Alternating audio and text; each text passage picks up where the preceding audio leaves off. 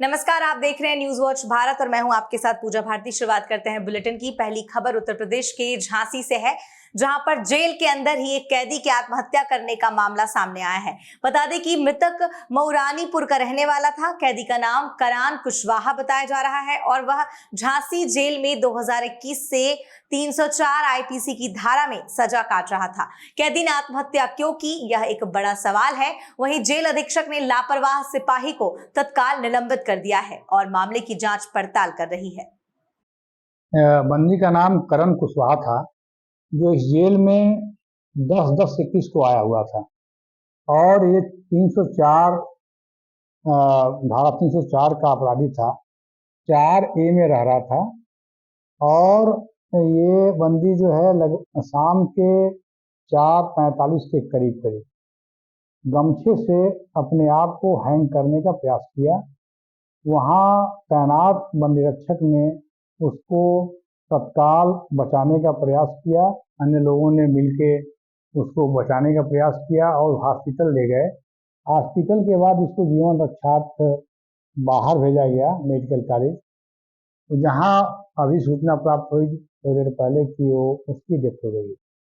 इसमें हम लोग जो है वहाँ संलग्न हेड वार्डर इंद्रमणि चौधरी को तत्काल निलंबित कर रहे हैं और अन्य संबंधियों के खिलाफ जो है नियम के अनुसार कार्रवाई की जा रही है। खबर जरीफ नगर थाना क्षेत्र से है, जहां पर तेज रफ्तार बाइक ने 2 होमगार्ड को टक्कर मार दी, जिसके कारण एक होमगार्ड की मौके पर ही मौत हो गई। वहीं दूसरा गंभीर रूप से घायल बताया जा रहा है। बता दें कि बाइक चालक प्रमोद भी गंभीर रूप से घायल हुआ है, जिसका इलाज जिला अस्पताल में किया जा रहा है। वहीं मृतक वीरेश के परिवार में कोहराम मचा हुआ है और पुलिस इस मामले में आगे की कार्रवाई कर रही है।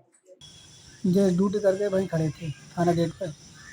वहाँ दूसरा बाइक वाला आया, बाइक के पास खड़े थे, उसने टक्कर मार दी। मौत किसकी हो गई? मौत वीरेश की। होमगार्ड है? होमगार्ड। और दूसरे कौन? हरवीर सिंह, उनके भी चोट है। अच्छा, वो कहाँ भर्ती हैं? वो जिला अस्पताल में। खबर देवरिया से है, जहां पर अन्नपूर्णा भवन के पास बन रहे आरआरसी सेंटर का ग्रामीणों ने विरोध किया है। ग्रामीणों का कहना है कि ग्राम प्रधान सरकारी धन का दुरुपयोग कर अन्नपूर्णा भवन के बगल में आबादी वाली जगह पर आरआरसी सेंटर बनवा रहे हैं, जिसके कारण कूड़े कचरे की दुर्गंध से ग्रामीण परेशान होंगे और संक्रमित बीमारियों का शिकार भी होंगे। वहीं ग्रामीणों का आरोप है कि शिकायत करने के बाद भी इस मामले में कोई कार्रवाई नहीं की जा रही है।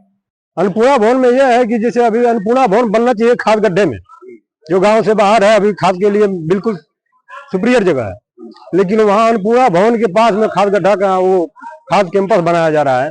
वहाँ राशन बटेगा, वहाँ बीमारियां फैलेगी कि अच्छी बात होगी? वहाँ ये बताइए। जो जगह हम लोग यही चाहते हैं, जो जगह है वहाँ उसको बनाया जाए। प्रधान के लिए हम लोग, भाई प्रधान से हमारी जमती नहीं है, हमने साहब को आदेश ये प्रार्थना पत्र दिया हुआ है, उसमें अभी तक कोई कार्रवाई नहीं हुई। लेखपाल साहब को ये बता दिए कि वहाँ बन गया है, जो अभी आप देखे हैं उन्होंने बताया कि बन गया, जबकि हम प्रार्थना पत्र दिए उसके 3 दिन तक तहसील वगैरह सारी बंद थी और चौथे दिन हम लोग आए तो गए तो कहीं बन गया। हम लोग ये चाहते हैं जो जगह है खाद गड्ढे का, उसको उठा के वहाँ लाया जाए, खाद गड्ढा जो है उसको खाली करवाया जाए। हमारे गांव में खाद गड्ढा की जमीन 120 है, उसके बाद से वहाँ न बन के अन्नपूर्णा जहाँ भवन बना है वहाँ पर खाद गड्ढे कैंपस बनाया जा रहा है, जो कि वहाँ राशन 3 गांव का मिलेगा, बटेगा, और वहाँ पर बनाया जा रहा है। जो खाद गड्ढा है ऑलरेडी प्रधान छकाए हुए हैं, उस पर एडीएम साहब, तहसीलदार साहब गए थे मौके पर 4 तारीख को और कहे कि 10 दिन में हम रिपोर्ट अपना लेखपाल से मांगे कि हम बताओ, हम तुरंत खाली करा दे रहे हैं। और उसके बाद 10 दिन के बाद जाकर वहाँ पर दूसरा मतलब कैंपस दूसरे जगह बनने लगा। उसके बाद से तुरंत हम आए एसडीएम साहब के पास, एसडीएम साहब से शिकायत किए तो लेखपाल साहब को उन्होंने भेजा एसडीएम साहब कि जाओ देखो क्या हो रहा है। लेखपाल साहब ने कहा कि वहाँ बन रहा है। उसके बाद से लेखपाल साहब हमारे जगह पर दूसरे आवेदकों को खड़ा कर दिए हैं। खड़ा करके गांव से लोगों को, जो लोग साइन किए हैं उनसे पूछा जाए कि आवेदक कौन है। फर्जी, एकदम फर्जीवाड़ा हुआ है, इस पर मुकदमा होना चाहिए, कार्रवाई होना चाहिए, नहीं तो इसी तरह से सारे लेखपाल सब लोग ऐसे करते रहेंगे। खबर गाजियाबाद से है, जहां पर धर्म परिवर्तन कराने का मामला सामने आया है। बता दें कि महिला को कई बार बुलाकर ईसाई धर्म की पुस्तक पढ़ने और पूजा पाठ में शामिल करने का आरोप लगा है, जिसकी जानकारी मिलने पर हिंदू संगठन के लोग मौके पर पहुंचे और देखा कि कमरे में कई महिलाएं प्रार्थना और धार्मिक सभा करती हुई नजर आई थीं, जिसका विरोध हिंदू संगठन के लोगों ने किया। वहीं शिकायत मिलने पर मौके पर पहुंची पुलिस इस मामले की जांच कर रही है।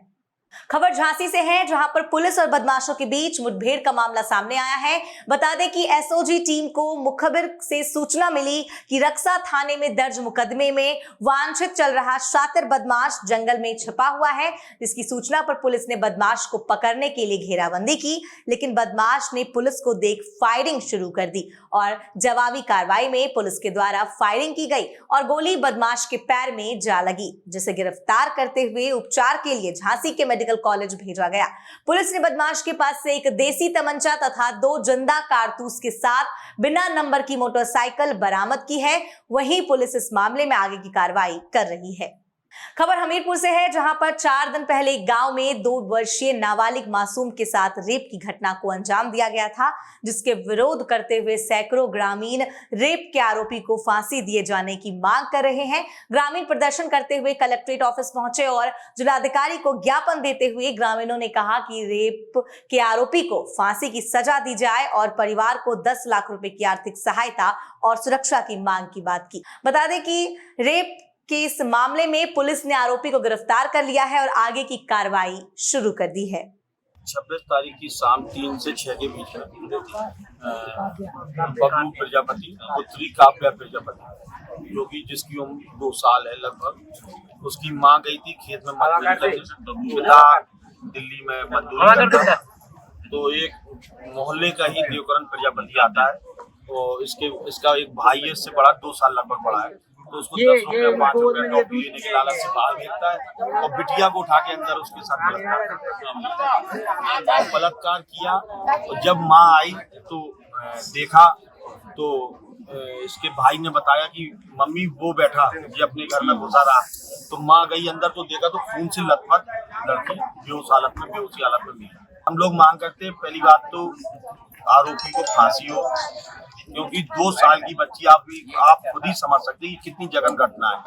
2 साल की बच्ची जो सही से बोलना खाना कुछ नहीं जानती, अभी सही से उसके शरीर में खाल भी नहीं चढ़ रही, और ऐसे दरिंदे हमारे समाज में हैं। तो जब तक सुधार तभी हो सकता कि उसको कड़ी से कड़ी कार्रवाई हो और फांसी की सजा होनी चाहिए। और पीड़िता की हालत बहुत ही नाजुक है। समझ लीजिए कि जीवन यापन करने के लिए आज सुबह शाम में रोटी की व्यवस्था हो गई तो शाम को नहीं हो पा रही, शाम को हो गई तो सुबह नहीं हो पा रही। आधा बीघा से भी कम जमीन है उसके नाम। तो हम चाहते हैं कि सरकार पीड़िता की 10 लाख रुपया की आर्थिक मदद करे और परिवार उसी दिन से डरा सहमा हुआ है, परिवार को सुरक्षा प्रदान करे सरकार और आरोपी को फांसी हो। और इससे बड़ा कार्य हो नहीं सकता। हमारी मांग है कि फांसी हो। बाकी डिटेल आप लोगों को सब पता है, हम लोगों को भी पता है। इससे बड़ा काम, इससे बुरा काम जिंदगी में हो नहीं सकता।